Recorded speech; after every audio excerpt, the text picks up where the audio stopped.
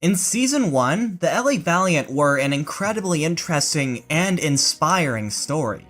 The team started the season with a ton of potential coming from the successful Immortals franchise. In fact, after Stage 1, they were considered perhaps the best team in the league outside of the three Korean powerhouses of the time. However, they suffered a huge fall from grace in Stage 2, failing miserably both on and off the stage. This prompted the team to make sweeping changes to both their roster and their coaching staff, and it paid off. The rest of the season went incredibly well for the Valiant, even winning the Stage 4 championship and the entire Pacific Division. Even though they fell in the semifinals to the white-hot Spitfire, the Valiant showed that with the right moves and mindset, you could come back from a rough start.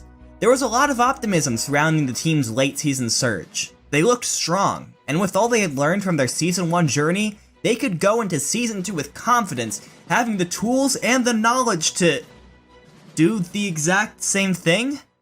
What happened here? What did you do?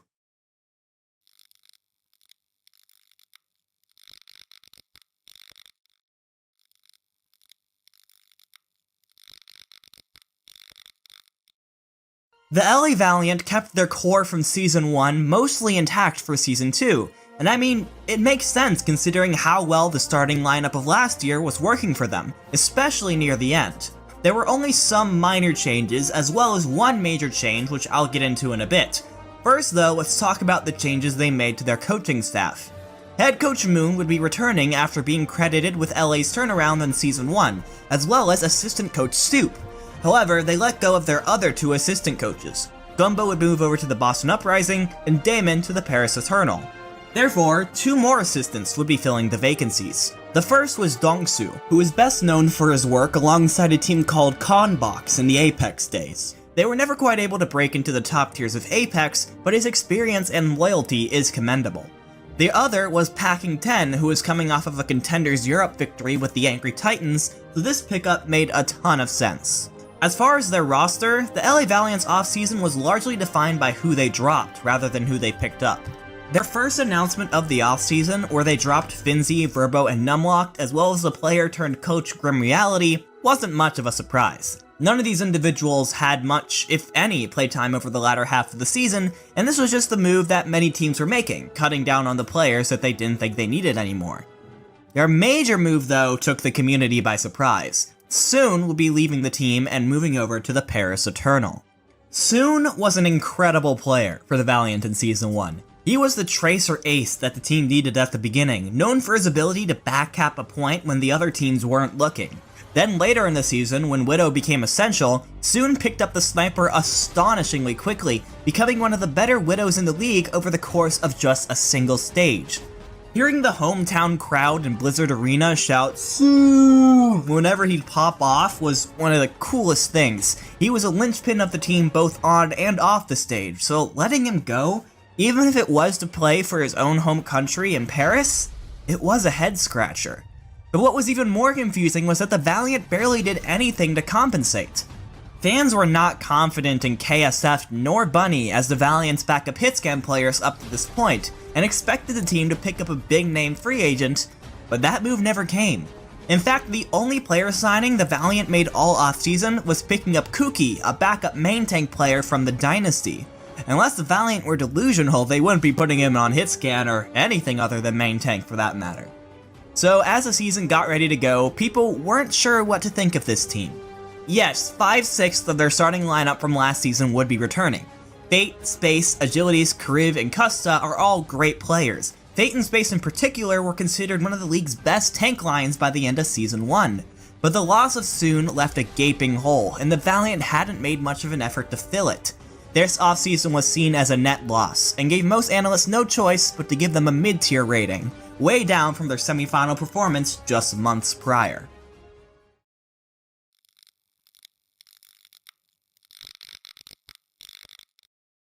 So who would be taking up the hitscan DPS slot? Would it be KSF or Bunny? Trick question, it was actually Kariv who took the Zarya role to start the season. Now this isn't necessarily a new thing. The Valiant had experimented with Kariv on hitscan DPS before, putting the flex support main on Widowmaker for a good portion of Stage 2 in Season 1. This was, of course, the Valiant's worst stage, and Kareev's inconsistent performances on Widow was one of the reasons why. So I thought this experiment was over, but I guess not. So to fill in on flex support, former bench boy Izayaki took the stage for the first time. And I gotta say, he did not let his opportunity go to waste. Izayaki was one of the bright points early for the LA Valiant as he popped off on Zenyatta. On the other hand, while Kareev's Zarya wasn't horrible, it wasn't good either.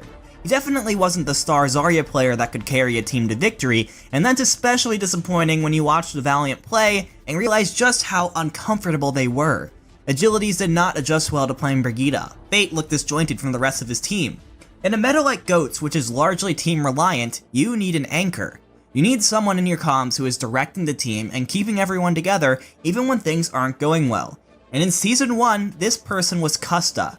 His arrival in the middle of Season 1 instantly improved the Valiant. He's an incredible in-game leader, both due to his game sense and his ability to effectively communicate. However, in Stage 1, Custa was nowhere to be seen. In his place, playing Lucio was Kuki. Yes, the former main tank had swapped over to main support, something brand new for him, and somehow got the starting nod over Custa. Why? Head Coach Moon, please tell me why you made this decision. 시간이 많이 부족한 상황이었어요. 연습 시간이 다른 팀들에 비해서. 그런 상황에서 연습을 하고 있었는데 커스타가 하는 플레이가 굉장히 우리가 고츠 메타에 대한 이해도가 굉장히 높아졌을 때에 하면은 되게 좋은 플레이들을 하고 있었고 나머지 팀원들 5명은 아직 고츠 메타에 대한 이해도가 부족하다 보니까 그런 커스타의 플레이를 받쳐주지 못하는 상황이었어요. 그러다 보니까 저는 이제 좀 결정을 해야 되는 상황이었고. Wait, so you benched Custa because he was too smart for the rest of the team? What? I mean, if Custa's GOATS plays are too complex and advanced for the rest of the team to understand, isn't that a problem with the rest of the team and not Custa? Wouldn't you want to keep Custa in so that the rest of the team can learn off of him and improve? Why would you want Kuki, who has no professional main support experience, in the game instead? The team isn't getting any better like that. To everyone's horror, or amusement based on who you root for, the LA Valiant had fallen into the exact same traps that plagued them in Season 1. Poor roster decisions led the team to a losing record, and being overly transparent about their questionable processes caused them to be the biggest memes in Overwatch League since, well, probably since the in-and-out stuff in Season 1, which I'm sure did not help team morale. Prior to the season start, the Valiant made a big deal about their new calling slogan for their fans, "We are 7. It was meant to be a nod that the fanbase is the 7th player on the stage, helping the team directly in-game. Well, this slogan would get ironic real fast, as the LA Valiant would fail to win a single game in Stage 1. Now, to their credit, these games weren't blowouts. LA would take at least one map in all of them, and 5 of them were decided by just a single map. But the Green and Gold gang just couldn't finish any of them off. And with every loss, you could feel the pressure building, which made the team fall apart in those high-pressure situations even more. I don't care how many asterisks you want to put next to it, the LA Valiant were the first team to join the 0-7 club, putting themselves in a deep hole early on.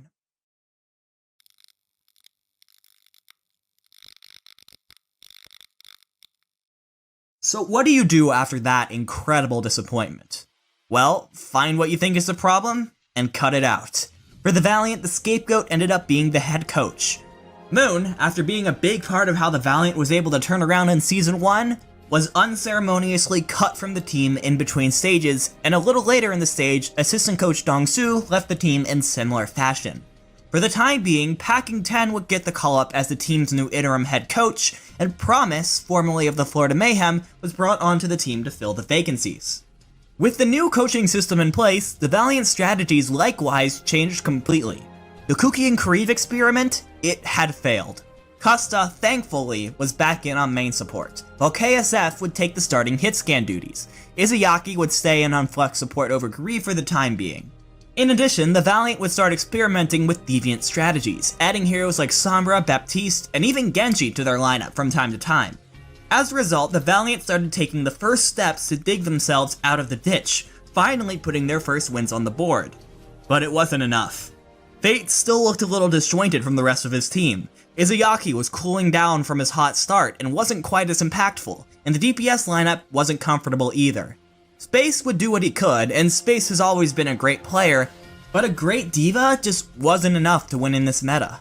The Valiant would go just 3-4 this stage, failing to make the stage playoffs.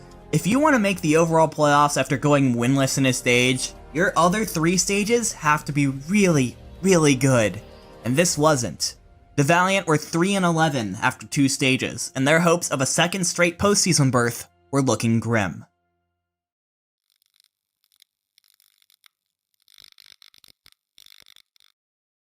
But Stage 3 turned all of that around. Let me explain. Between Stages 2 and 3, the Valiant finally made their major roster moves. First, dropping Bunny, who wasn't getting much time anyways, and signing 3 players from the Mayhem organization. From the main Mayhem team, the Valiant signed McGravy. McGravy is known for having probably one of the best debut maps ever for an Overwatch League player, and then being meh afterwards. He would only play backup to Space, because you're not starting over Space. The other 2 signings, though, were much more significant. The first was Shax, a new hitscan DPS player from Mayhem Academy. Finally.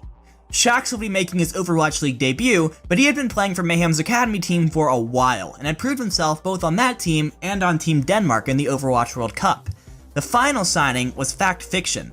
This could be seen as a trade at the end of the day, as Fate would be shipped off to the Mayhem, which I'm sure they were grateful for. Fact has had an interesting ride through professional Overwatch, from the first ever USA Overwatch World Cup team, to missing out on Overwatch League, being picked up mid-season by the Outlaws, and then dropped once the season was over. He then played for Mayhem Academy for a while, and the Valiant were putting a lot of faith in the Fact by dropping him immediately into a starting position.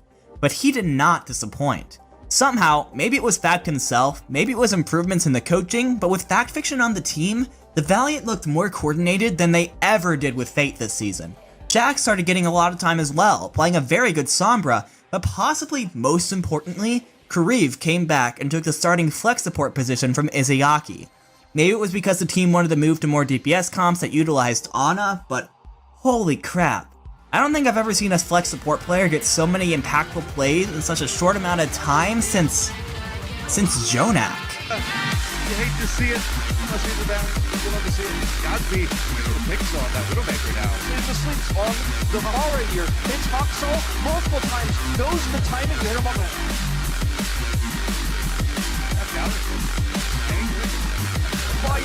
Shot.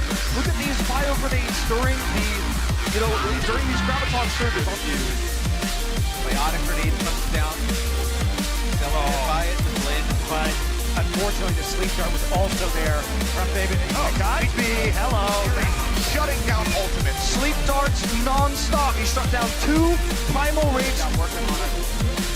Staying in the back line.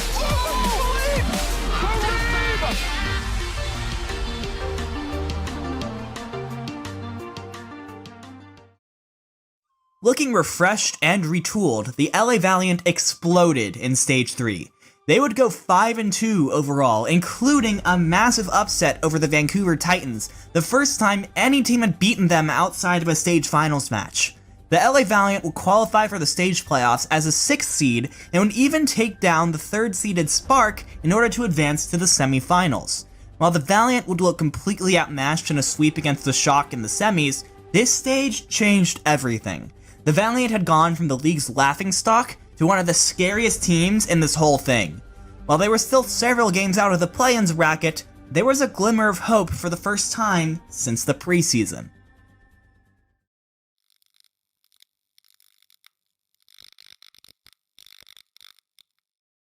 Between stages 3 and 4, Izayaki, who had been completely dethroned by this point, moved over to the Shanghai Dragons. Since it seemed like the Valiant had no interest in using him anymore, this made sense for both sides. The Valiant continued their tear, starting their stage 4-1. It did help that they had a very squishy schedule in these first 4 weeks, only further boosting the confidence of the players, the organization, and their fans. Just like last season, they were going to make an incredible late season push to qualify for the postseason. They were going to get in the semifinals again, maybe even win the whole thing. The last week of the season was momentous for the Valiant. It was their homestand weekend, and the stage could not be set better.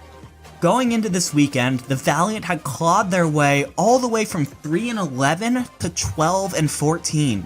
The current 12th place team, the team occupying the last spot in the play-in bracket, was the Chengdu Hunters. They wouldn't be playing in this homestand, so the Hunters had already completed their season. Their final record was 13-15, with a much worse map differential than the Valiant had. This meant that all the Valiant had to do to make the play-ins and complete probably the biggest comeback in Overwatch League's history was win one more game in front of their homestand crowd. The only problem? Their opponents were the LA Gladiators and the San Francisco Shock.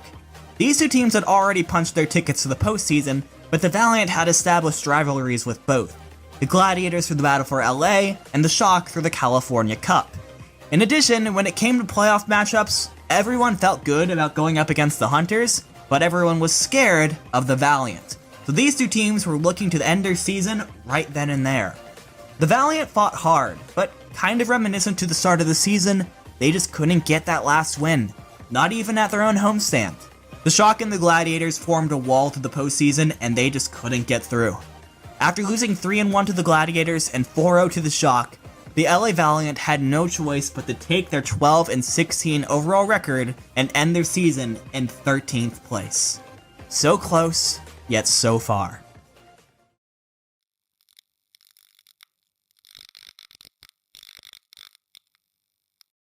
So the LA Valiant started their season with a lot of promise, ended up crashing early on, made significant changes to their roster and coaches, and came back to be one of the most feared teams in Overwatch League. Why does this sound familiar? Oh yeah, because it's exactly what happened last time. As fun as these stories are, I just don't get how the Valiant somehow fell into the exact same traps as they did last season. Over-experimenting with their roster, poor coaching decisions, and too much transparency. Now, as a content creator, I can really admire the Valiant's dedication to making content about their team.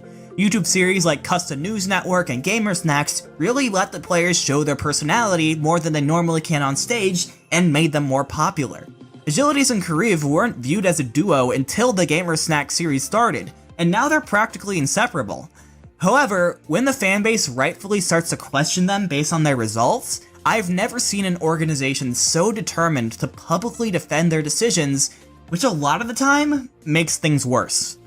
Well, I guess there was one major difference. The Valiant didn't make the playoffs this time.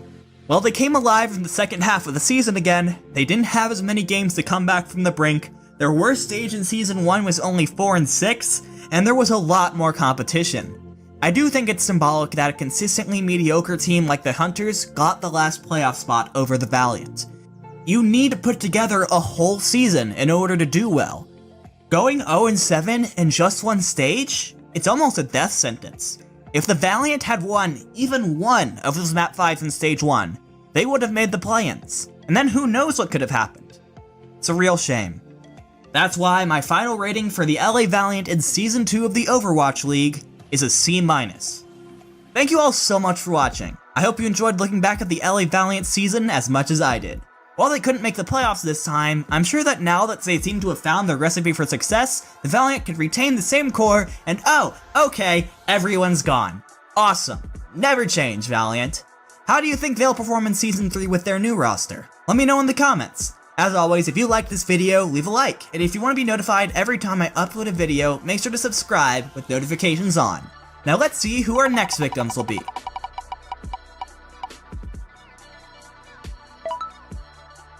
The Washington Justice. Cool, I didn't want to tell a happy story anyways. And you better not say anything about Stage 4, this team was bad, but that's for next episode. Until then, don't get tilted.